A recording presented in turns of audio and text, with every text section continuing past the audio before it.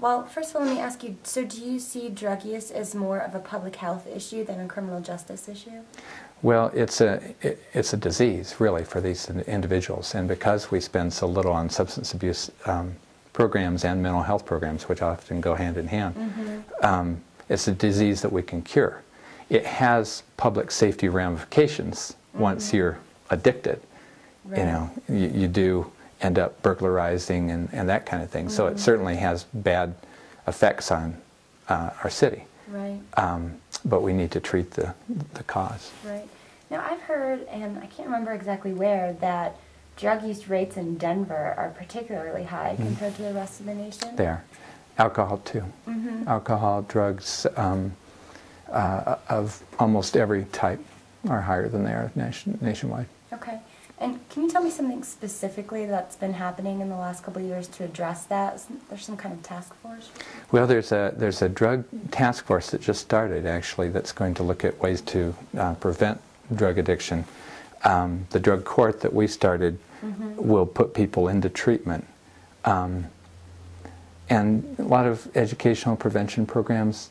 I mean, anything that we do with kids can solve multiple problems.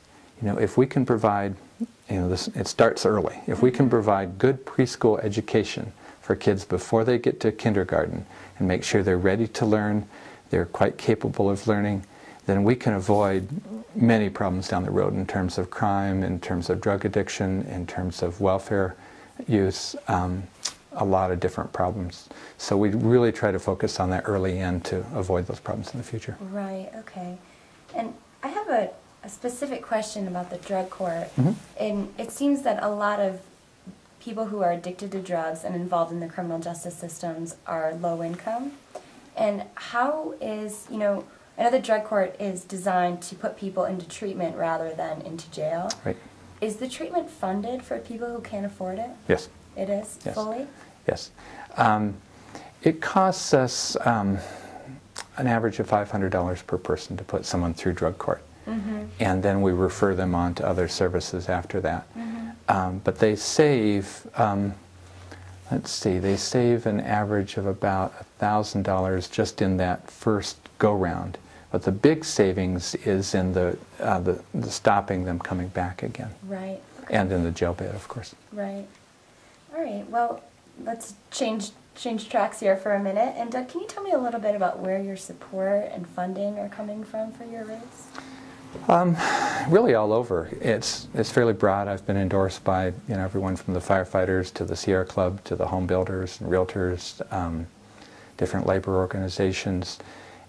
Most of our contributions are small. We've had over 300 contributions, most of which are under $100.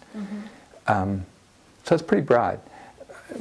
Probably my closest constituents, the folks that I work with most, are in the downtown business community, neighborhood associations, where I was once neighborhood president and chair of a neighborhood coalition, and then in sort of the nonprofit arena, especially around kids issues and people issues. Okay. And can you name some specific qualifications you have that you think set you apart from other candidates? Well, I guess my experience, really, in having been active at every part of government. I actually worked for the federal government under Jimmy Carter back in the day, my kids would say. But I worked in the Environmental Protection Agency, and I worked in Congress for a short time, then at the state level and now the local level, also in private business. So, you know, I've been in a lot of different walks of life, and I've learned a lot from each of those places. What I focus on, other than issues, is the process. I spend a lot of time listening. We do a bi-weekly email newsletter where I get, where I have a survey each time, so people send me in their comments. Okay. I do an annual written survey.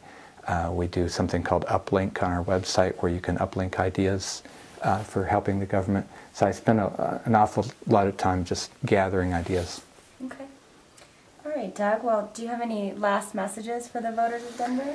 Well, what we're hearing is that turnout's pretty light, that not many people have voted yet, so I'm hoping that people will still vote. It's an important year, especially in 3 districts, and at large there is a race, certainly, with 3 of us running for two positions. not everybody understands what at large is about. There are 2 council members at large and 11 district council members. Right. And we really focus on those bigger issues like we've talked about. So it's important to have people that you trust and people that you agree with in those positions. Right, because you're representing everybody in Denver, not just one district. Right, and we're very accessible. You know, I have a council website that is douglinkhart.org. So that's always out there in addition to the campaign website. We have to keep everything very separate. But things are going well in Denver, I think, and you know, I think perhaps the low turnout is due partly to the fact that people are generally happy with what's going on, and of course that there's not a big mayor's race. Right. Well, you know, actually, let me ask you, what do you think about the all-mail ballot? Do you think that that has an effect on turnout? We normally get more votes when it's all mail.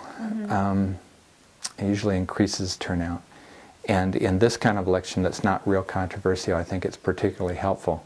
But the best reason for doing it this time is because the vote center system is currently broken. I mean, from last November's election, that's clear that we don't yet know how to do the vote center approach. Right. And it's going to take a little while to fix that under the new clerk and recorder. So if we had vote centers. Vote centers, or do you think we should go back to precincts? I would do sort of a hybrid. I like vote centers because you can go into any of them. You don't have to figure out which one you belong to, which precinct location to go to. Right. But last time there were too few.